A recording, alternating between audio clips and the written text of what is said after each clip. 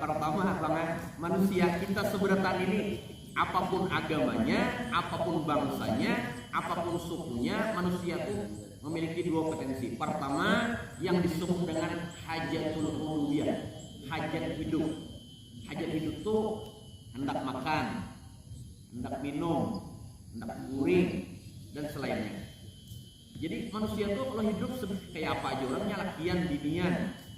Orang Indonesia, orang Amerika, agama apapun, suku apapun, diberi Allah Ta'ala, diberi Tuhan potensi itu sama, yang disebut dengan hajat hidup. Yang kedua namanya ghariza, naluri. Jadi kalau naluri itu dorongan dari dalam, seperti misalnya naluri untuk menunjukkan eksistensi dirinya, gharizatul baqa, dan seterusnya. Nah, dua perkara inilah yang mendorong orang untuk beraktivitas di muka bumi, sehingga terjadi aktivitas di muka bumi. Ada yang beraktivitas mencari nafkah untuk hidupnya dengan berbagai cara. Ada yang jadi tukang ojek, ada jualan, mengajar, dan seterusnya. Karena setiap manusia pasti memiliki dua hal ini. Ada manusia ada bisi dua ini. Pertama apa tadi? Hajat hidup. Bila lapar hendak makan, haus hendak minum, ngantuk hendak guring, dan seterusnya. Itu mesti perbuatan besi. Yang kedua tadi apa disebut dengan ghariza atau naluri. Dua dorongan inilah yang menyebabkan manusia beraktivitas di muka bumi. Nah, beraktivitasnya manusia di muka bumi, kemudian terbentuklah yang disebut dengan kebudayaan. Allahumma shalli ala sayyidina Muhammad.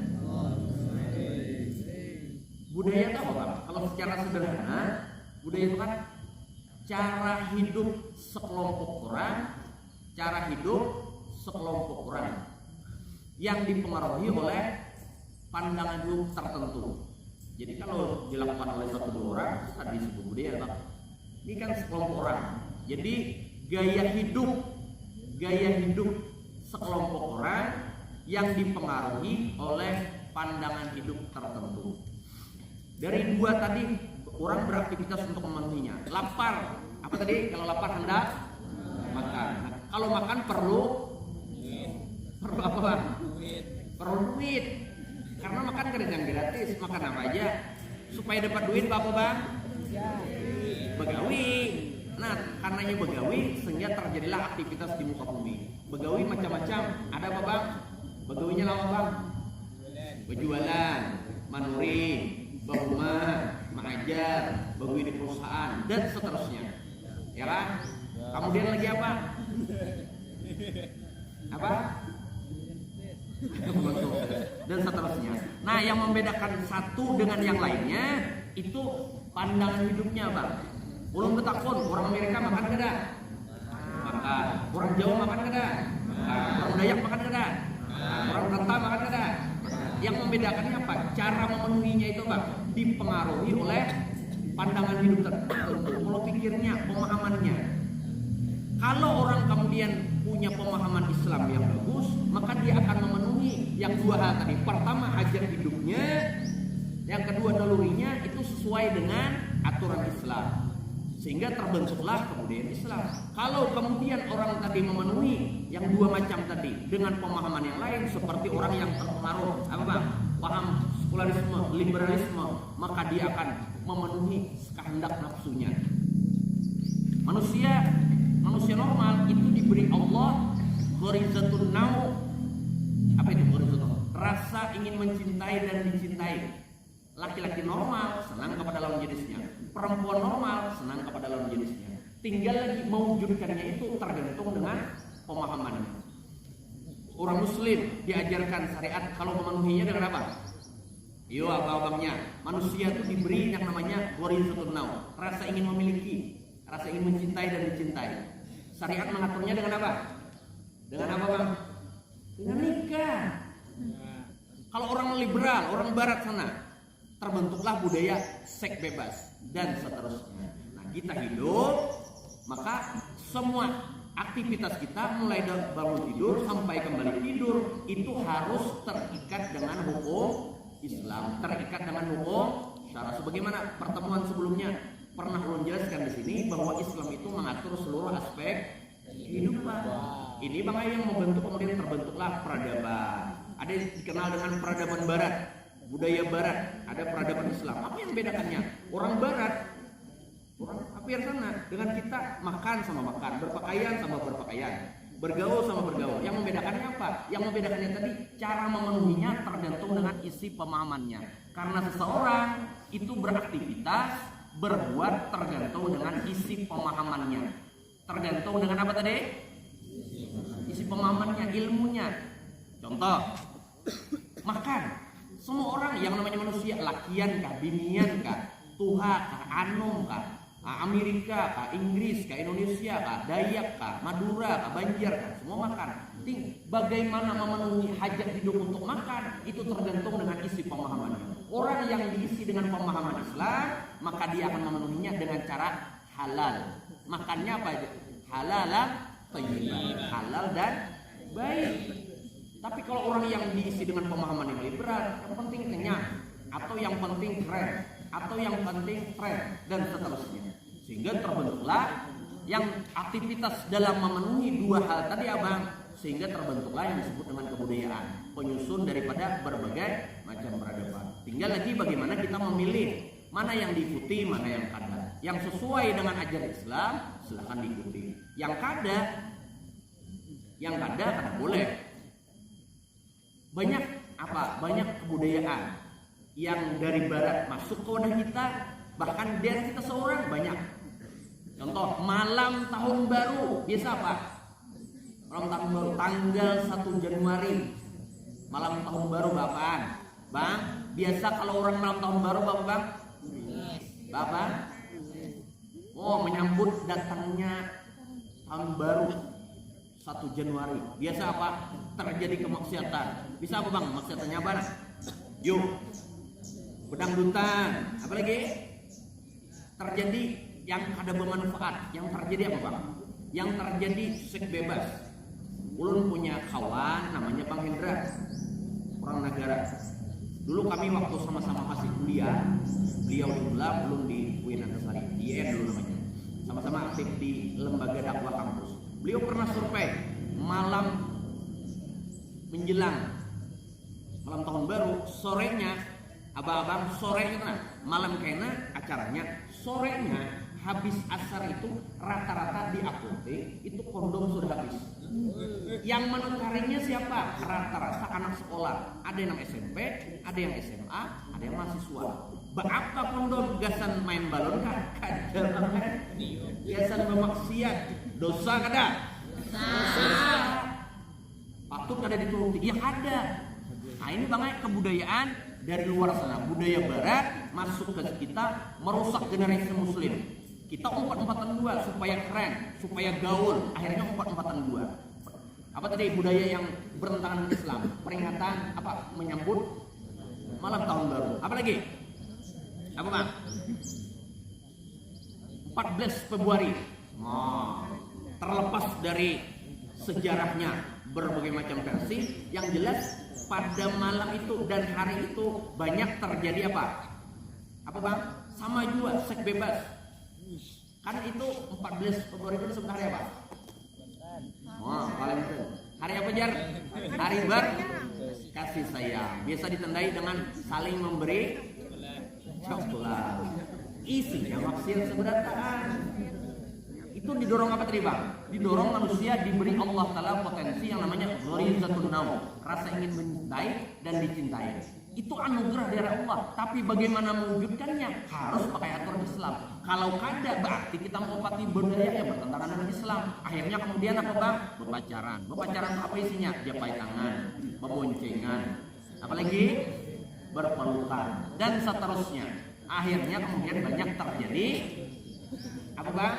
Pujuk ke hulu, pujuk ke hilir, barunya kampung masuk angin. Banyak kada? Banyak. Ulun punya kawan namanya Ustaz Rahman. Beliau tuh kepala KUA di Banjarmasin. Ujar Sidin hampir setiap apa?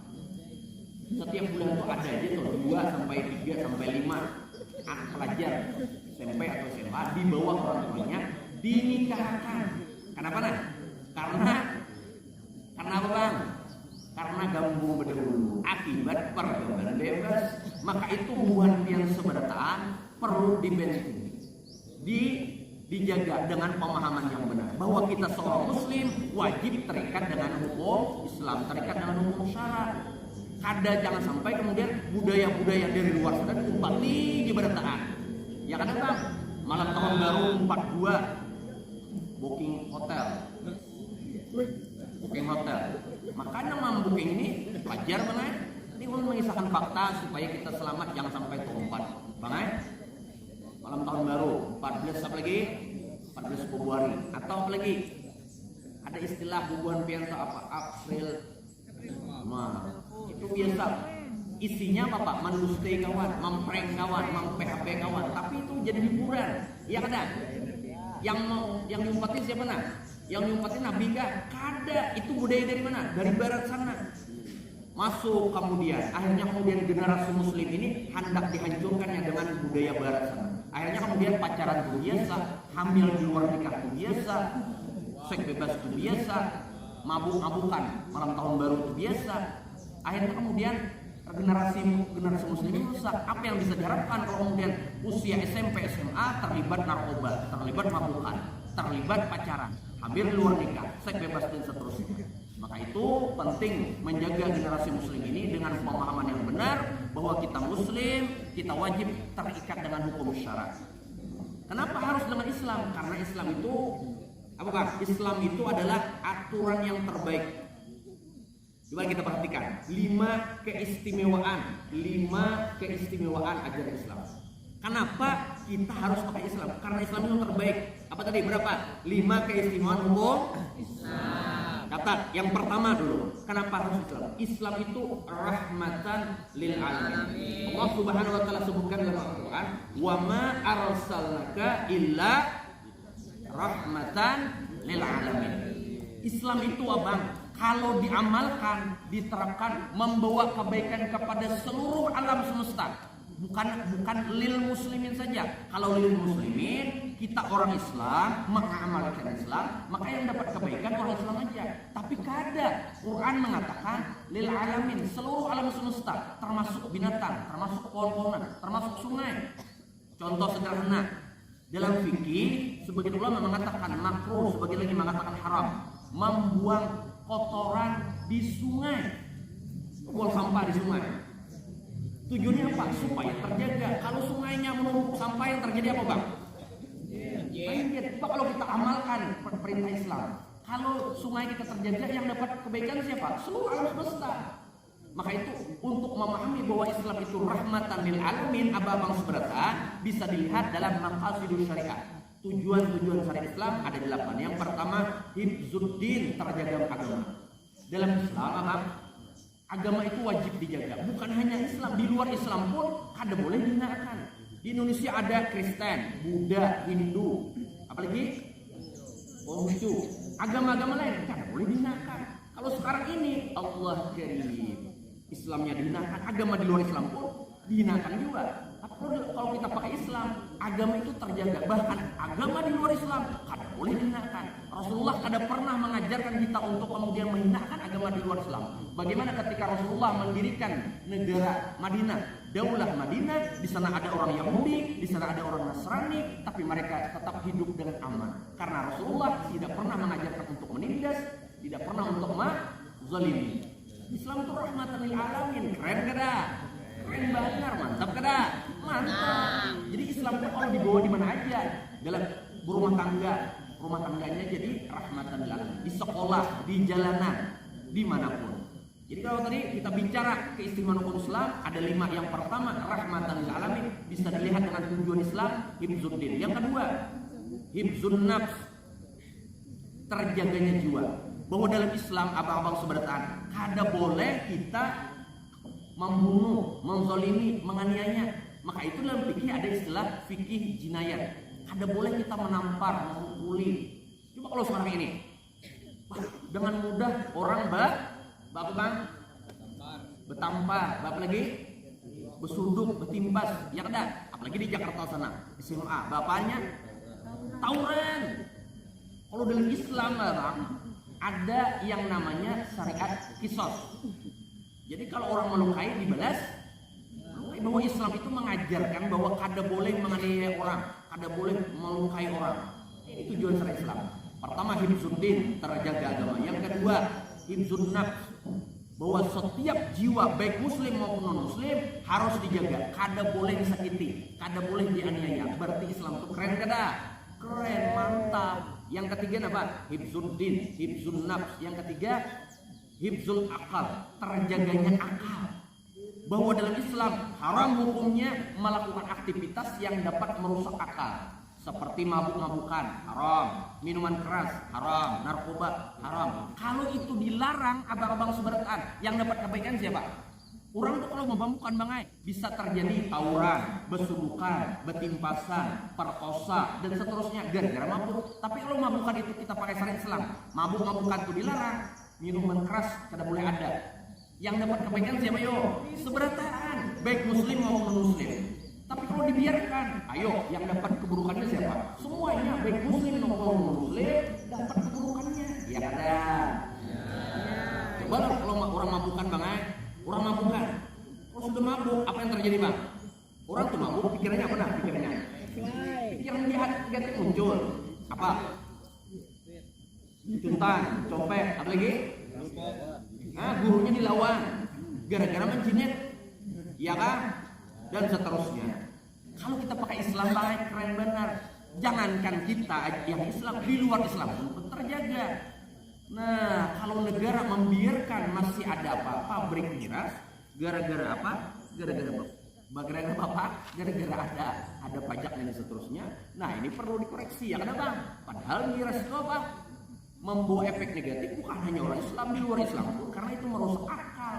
Akal ini potensi untuk cerdas. Kalau akalnya sudah rusak, bebinian tuh bungas benar, lakian itu ganteng benar, tapi akalnya hilang.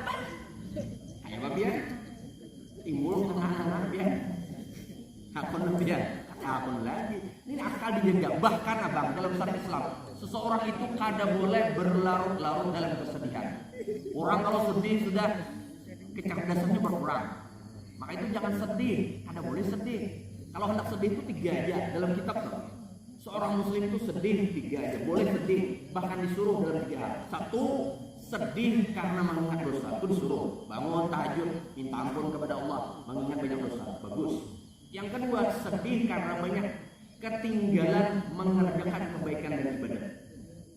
Yang ketiga, sedih karena takut kepada Allah. Selain daripada itu, jangan ada yang sedih, senang terus, gembira terus. Orang kalau sudah sedih apa? Koma. Coba lihat nih, galau. Belajar, biar belajarnya rame, misalnya gurunya mudah menjelaskan, belajarnya rame. Apa misalnya yang pengen senang bahasa Indonesia misalnya. Tapi kalau sudah galau, Allah karim. Gurunya lagi menjelaskan, ditakoni paham kah? Tidak mesti ya Pak, ngerti kah? Ulangi. Itu aja lagi penjelasannya. Kenapa? Karena galau kan pikirannya. Maka itu dalam Islam wajib menjaga akal tadi. Salah satunya apa? Syariat Islam mengharamkan sesuatu yang memabukkan. Berarti keren kada? Bagus kada? Hifzuddin, hifzun nafs, hifzul akal, hifzul nafsan, terjaganya keturunan. Maka itu dalam Islam mengharamkan pergaulan bebas. Ada yang syarat nikah supaya terjaga apa? Nasab itu terjaga. Hifzul apa lagi? Hifzul mal, terjaganya harta. Kada boleh menjuntan, menipu, korupsi. Ya kada? Ya. Hifzul hurmah, terjaganya kehormatan. Dalam Islam kada boleh membuli, menyembati orang, menghinakan orang. Kalau itu diterapkan, yang dapat kebaikan bukan hanya orang Islam, tapi di luar Islam pun dapat kebaikan abang-abang. Ya kada? Hifzul, menjaga keamanan, menjaga apalagi daulah, hifzud daulah. Dalam Islam kita kada boleh melakukan pemberontakan. Berarti apa? Islam itu rahmatan lil alamin. Ini keistimewaan hukum Islam. Apa tadi yang pertama? Rahmatan lil alamin. Yang kedua, keistimewaan hukum Islam yang kedua, dia sesuai dengan fitrah manusia. Sesuai dengan fitrah manusia. Fitrah manusia. Kalau lapar hendak makan, kalau haus hendak minum, kalau ngantuk hendak guring. Islam kada melarang makan, Islam kada melarang minum, Islam kada melarang tidur, tapi diatur. diatur aja. Kalau makan minum halalan thayyiban, yang halal yang baik. Kalau tidur ada aturannya. Kan sembarangan tidur dalam kelas bagus kedah, guru lagi menjelaskan bagus kedah, bagus. Atau pian ngantuk ke jalan, ada rumah orang terbuka masuk berapa, kamar orang bagus kedah, ada bagus, ada aturannya. Yang ada Islam itu bang tidak bertentangan dengan fitrah manusia. Kalau agama lain kita kan disebut agama, cuma lihat yang terbaru nih bang, ada 2 daerah, di satu di Amerika, satu di Inggris, tempat ibadahnya dijual karena banyak terjadi aborsi karena dalam agamanya di HP ulun ada videonya. Apa banyak terjadi aborsi kenapa? Dalam agamanya, agamawannya kada boleh melakukan perkawinan pernikahan karena dia punya naluri sehingga tersalurkan secara legal. Akhirnya kemudian banyak terjadi aborsi di tempat ibadahnya sehingga para jamaahnya ada lagi beribadah. Akhirnya tempat ibadahnya kada terpakai, dijual, dibeli oleh sebagian muslim membelinya. Jadi masjid terjadi di Amerika dan di Inggris. Kalau dalam Islam kada ada satupun syariat yang bertentangan dengan fitrah manusia. Ayo, biar anak jadi orang sugih silahkan, biar anak jadi pejabat silahkan. Islam kada melarang, cuma Islam hadir untuk mengatur supaya kada jadi binatang. Ayo, adalah syariat Islam yang bertentangan dengan fitrah manusia. Kada ada. Ini keistimewaan syariat Islam. Pertama rahmatan lil alamin, yang kedua sesuai dengan fitrah manusia. Yang ketiga lagi, apa bang yang ketiga? Yang ketiga itu amali, praktis. Tidak ada hukum Islam yang tidak bisa diamalkan. Kenapa? Allah katakan la yukallifullahu nafsan illa wus'aha. Sesuatu yang Allah wajibkan itu sudah sesuai dengan kemampuan kita. Allah nyuruh kita sembahyang sehari berapa kali? Sehari berapa kali? 5 kali. Itu sudah sesuai dengan kemampuan manusia. Allah yang menciptakan kita, Allah yang menurunkan syariat Islam, Allah ukur kemampuan kita, pasti mampu.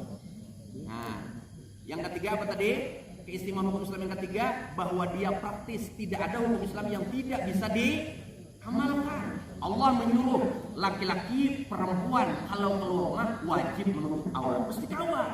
Kalau punya kepada kada kawat itu nafsunya, kada mau taat kepada Allah. Kemudian yang keempat apa? Yang keempat itu ijtihadi. Apa itu ijtihadi? Bahwa Islam itu mampu menjawab persoalan kontemporer. Dia mampu menjawab persoalan modern. Kada ada istilah itu bang, Islam itu ketinggalan zaman. Kenapa? Karena dalam Islam ada teori ijtihad. Setiap sesuatu yang baru itu dijawab dengan metode ijtihad. Sehingga semuanya ada jawabannya dalam Islam. Bukan berarti kemudian kalau ada terjadi zaman Nabi lalu kemudian dikatakan bid'ah, kada. Kalau minta pun Nabi makan pakai sendok kada? Kada. Bunpian makan mie pakai sendok kada? Makan sop, makan naon pakai sendok kada? Pakai sendok berarti bid'ah. Langsung kena. Kalau bid'ah berarti makan bakso, makan mie, makan sop, apalagi pakai sendok. Jawa yang enggak. Bukan kayak itu banget. Setiap yang ada zaman Nabi bukan langsung dipadakan bid'ah, dijawab dengan apa tadi? Teori ijtihad. Nah ini kan Islam itu mampu mengatur itu, dan karena ada yang namanya disebut dengan metode ijtihad, menjawab persoalan kontemporer. Bukan berarti kalau kemudian ada di dalam Nabi langsung bid'ah, bukan ada. Pertama, Islam rahmatil lil alamin. Kedua, dia tadi sesuai dengan fitrah manusia. Ketiga, dia praktis, amali, bahasa usul fikihnya. Yang keempat apa bang? Apa yang keempat tadi? Ada ijtihadi. Dia luas, dia mampu menjawab persoalan kontemporer. Allahumma shalli ala sayyidina Muhammad. Mampu menjawab persoalan kontemporer. Ini diantara keistimewaan hukum Islam. Dia praktis, amali. Kemudian yang terakhir apa? Yang terakhir yang kelima, dia bersifat universal. Karena universal itu mengatur seluruh aspek kehidupan yang pernah menjelaskan. Sehingga apapun yang dilakukan kita itu ada aturannya dalam Islam. Ini keistimewaan hukum Islam. Dari 5 ini bisa kita simpulkan bahwa Islam itu yang paling keren, yang paling mantap. Sehingga ketika kita bicara budaya, maka budaya Islam lah yang terbaik. Yuk, kalau berpakaian, coba kalau sekarang nih trennya ngikut orang barat sana, berpakaiannya kayak apa? Bebiniannya kayak apa? Beristilah dibuka auratnya, diumbar, ditampaikan keseksiannya. Yang didapatkan apa nah? Yang terjadi kalau bebinian keluar rumah pakaian seksi, yang terjadi apa? Yang terjadi apa bang? Kasus apa? Nah, tapi kalau dalam Islam perempuan keluar rumah dijaga dengan syariat wajib menutup aurat. Islam keren. Makan minumnya dijaga halal, bukan hanya halal tapi thayyib. Thayyib apa? Bagus dari segi ilmu kesehatannya, dari segi ilmu yang lainnya. Cara berpakaiannya, cara makan minumnya, bergaulnya dan seterusnya. Jadi budaya itu apa? Tadi budaya itu adalah gaya hidup atau cara hidup untuk memenuhi dua hal tadi yang disebut dengan hajat hidup dan naluri. Nah, membedakan satu budaya dengan budaya lain itu tergantung dengan isi pemahamannya. Budaya barat, mereka-mereka yang liberal, bergaulnya bebas saja. Laki-laki di barat sana bang, laki-laki perempuan bebas saja. Yang masih sekolah tinggal serumah, usah barat sana, di kota-kota besar aja sudah terjadi abang. Ya kan? Budaya barat itu sudah masuk. Pergaulan laki-laki perempuan kada terjaga. Ya kan, makan minumnya bebas, terlibat minuman keras dan seterusnya. Budaya-budaya berat sehingga yang terjadi di sini di wadah kita lagi. Kan sejauh-jauh ya, malam tahun baru banyak kasus terjadi di wadah kita terbalong. Kasus apa dah? Malam tahun baru kasus apa? Pelajar lagi pelakunya. Apa dah? Mungkin kada viral semalam. Terjadi apa dah?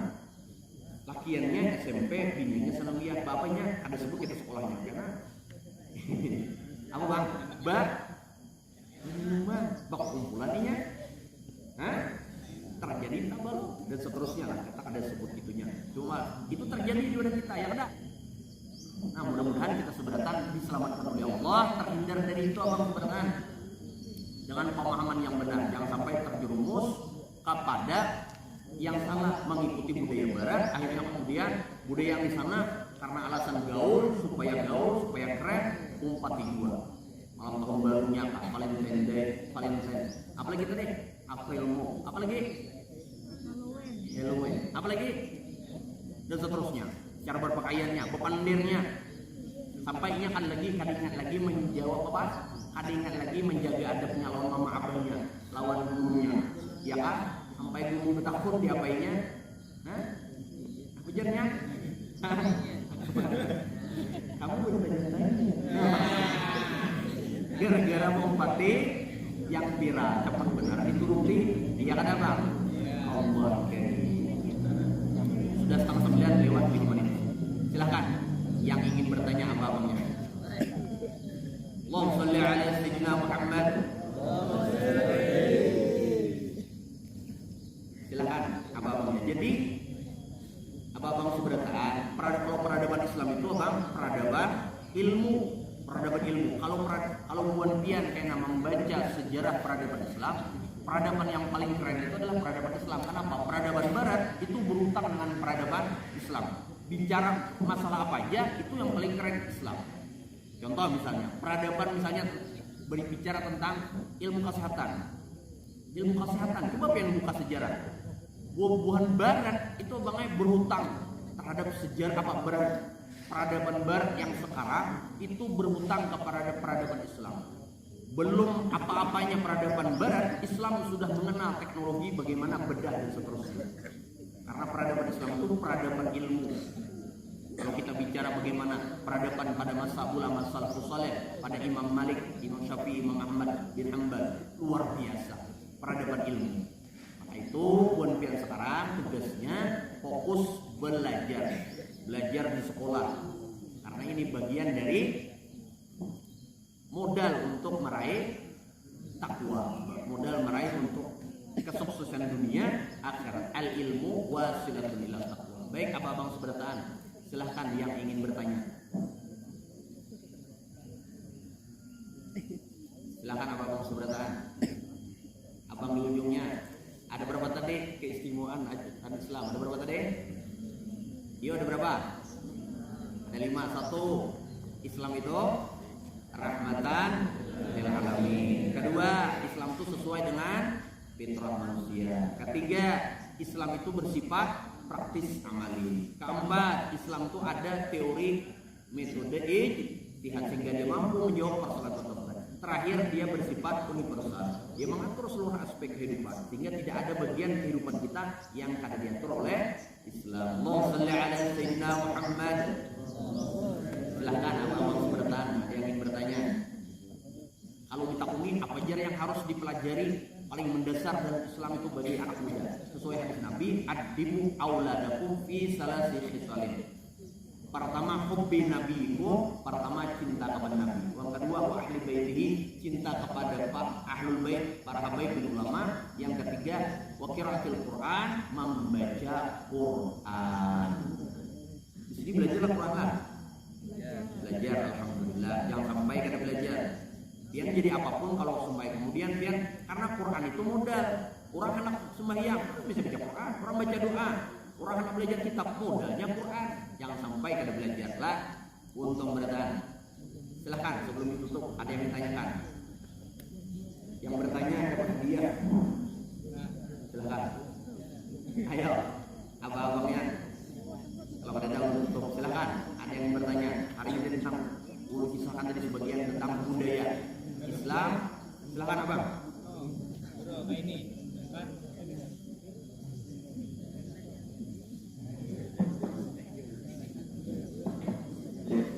Ini kan sekarang itu kan saya terlepas dari kerjasama antar negara kan ada juga pertukaran budaya itu.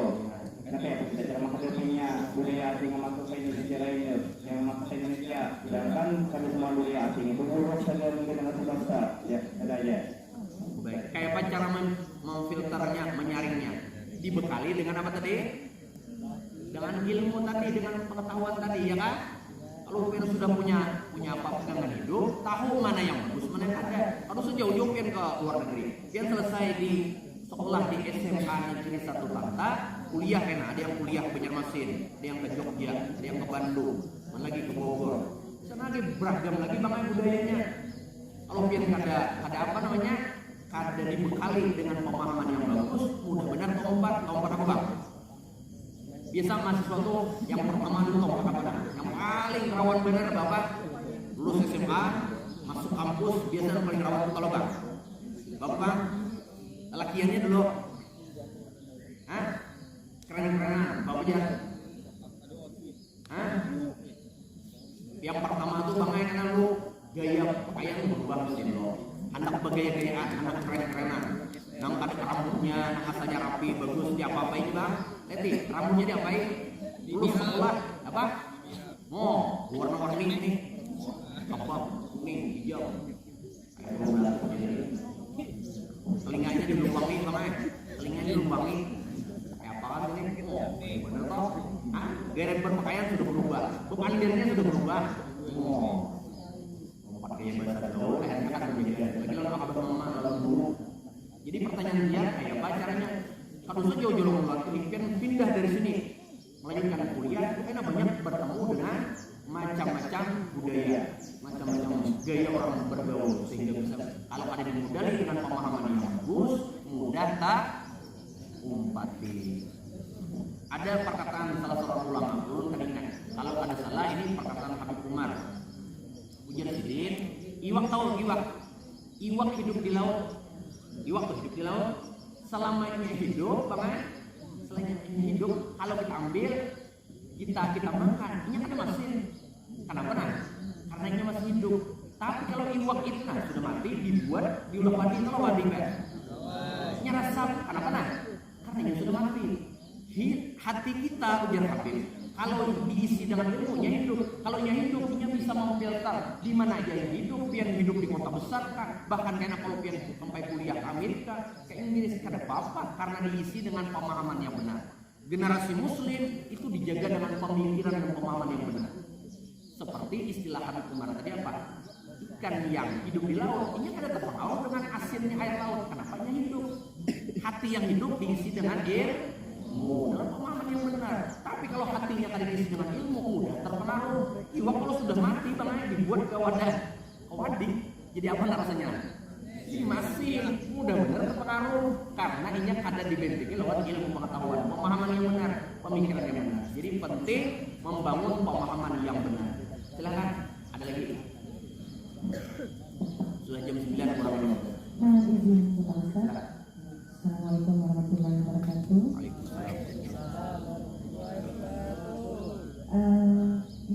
Katanya menurut Bapak Ustadz secara pribadi,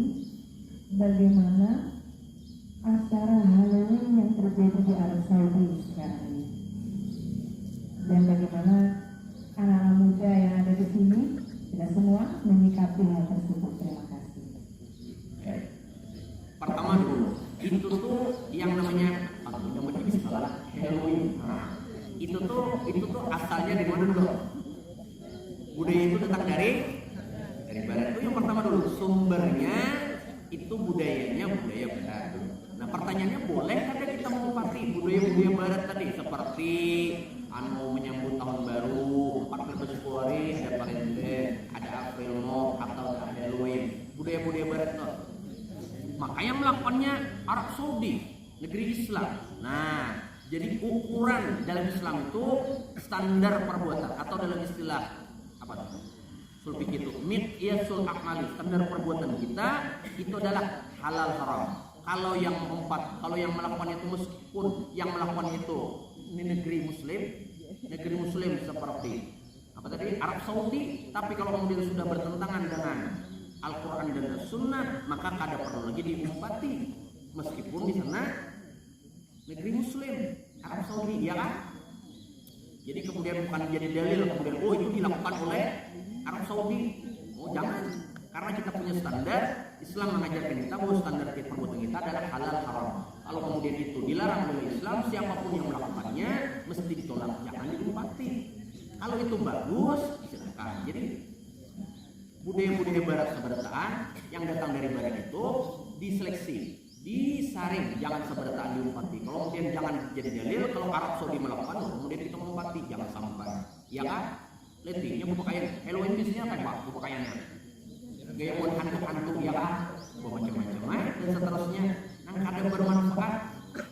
Kalau hendak membangun satu budaya, bangunlah budaya atau ada istiadat yang bagus. Seperti misalnya malam tahun baru, kalau hendak ke acara buat istilahkan yang bermanfaat. Seperti apa Bang? Apa? Jarmah misalnya. Tanjung kan biasa diisi malam tahun baru, tapi akbar bagus, ya kan? Hasabah, mengundang Ustaz Sama atau mengundang Habib Syed nonton bagus. Tapi kalau kemudian sudah mau berkiblat kepada barat, jangan. Sekalipun itu dilakukan oleh negeri muslim seperti Arab Saudi. Arab Saudinya kan dilakukan karena patokan kita adalah Al-Quran Sunnah. Kita mengikuti ulama-ulama salafus saleh beraliran Ahlus Sunnah wal Jamaah. Kalau sudah bertentangan dengan Al-Quran Sunnah, kita tinggalkan. Jangan diumpati. Silakan, ada lagi. Kalau ada ditutup. Silakan, kita ngomongin lagi. Ada. Silakan apa-apanya. Silakan. Assalamualaikum warahmatullahi wabarakatuh. Saya mewakili orang tua sebagai generasi tua. Jadi biasanya anak-anak kan sudah mendengar nasihat Ustaz. Apalagi nasihatnya yang datang dari gurunya biasanya minyak biasanya. Kita harus ada jauh kamu sebagai generasi tua selalu mengingatkan. Mungkin beda fase kayak setelah beda waktu. Jadi bila orang tua mengingatkan, minyaknya dikit. Apalagi bila gurunya nanti bisa kenal sama nabung mengikuti punya diri kan. Nah kayak apa supaya kami menagur sebagai orang tua mereka mau menerima. Kemudian kadang kita ini tahu aja Pak ilmunya, tahu aja boleh kadanya, tapi mau di antara kawan itu kumpul itu kadang keempat dua. Nah kayak itu mengeluarkan hati kami ini supaya ada empat terlalu gaul dengan kawan-kawan kami yang super gaul gitu Pak. Supaya kami ini tetap keren di antara mereka yang gaul. Terima kasih Ustaz. Assalamualaikum warahmatullahi wabarakatuh. Yang pertama tadi tentang memadai berlebihan. Tahu berlebihan, guru-guru pian cuma di buat pian lapah, uyuh, ya ada masih asing buat pian di murid. Nah, jadi kalau mendidik mungkin buat pian para dewan guru lebih mengerti dari itu.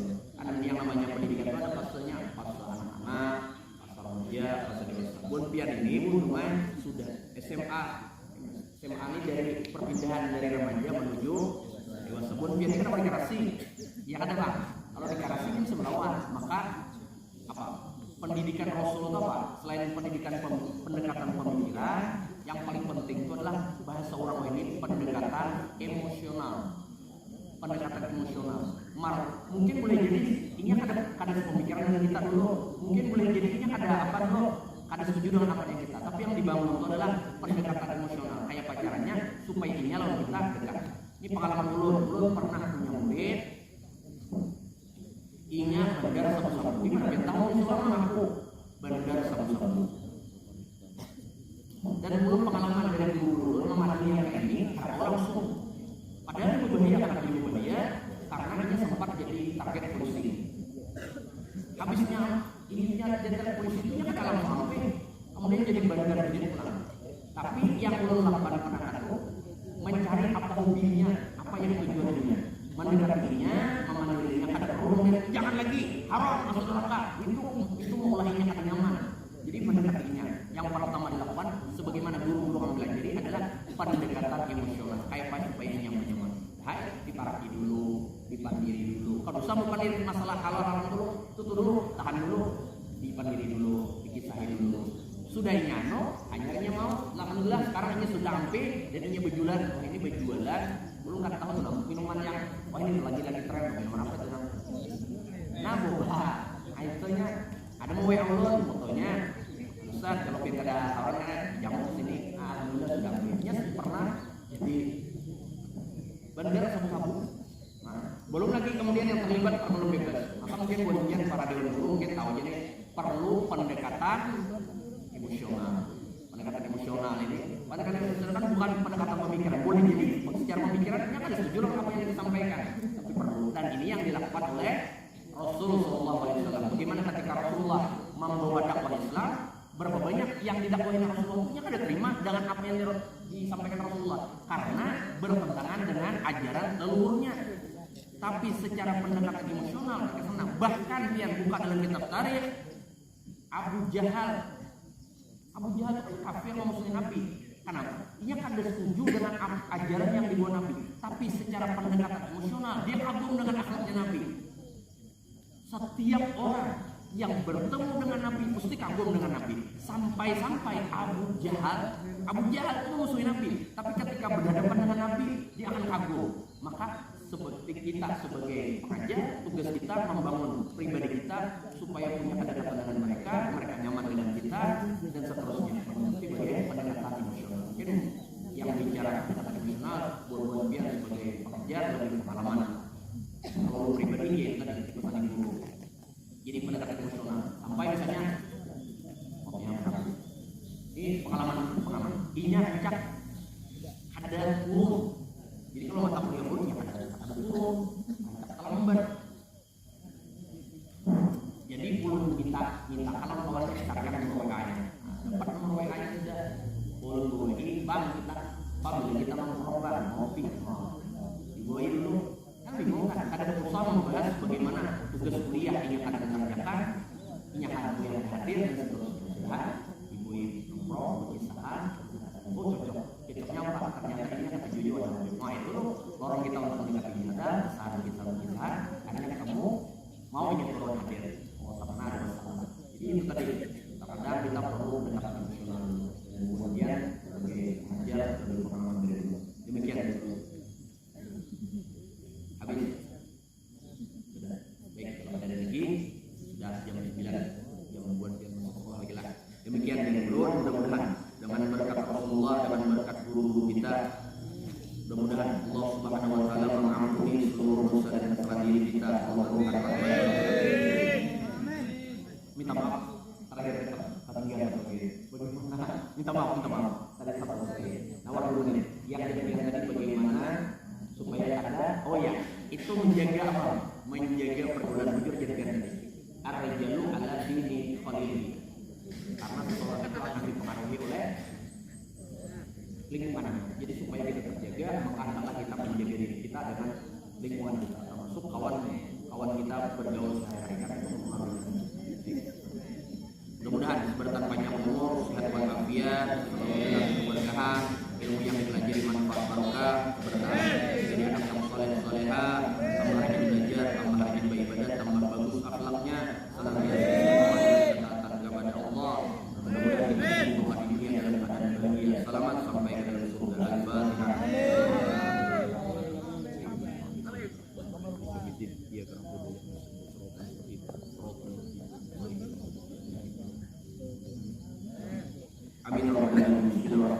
Alhamdulillahirabbil alamin. Allahumma shalli ala sayyidina Muhammad wa ala alihi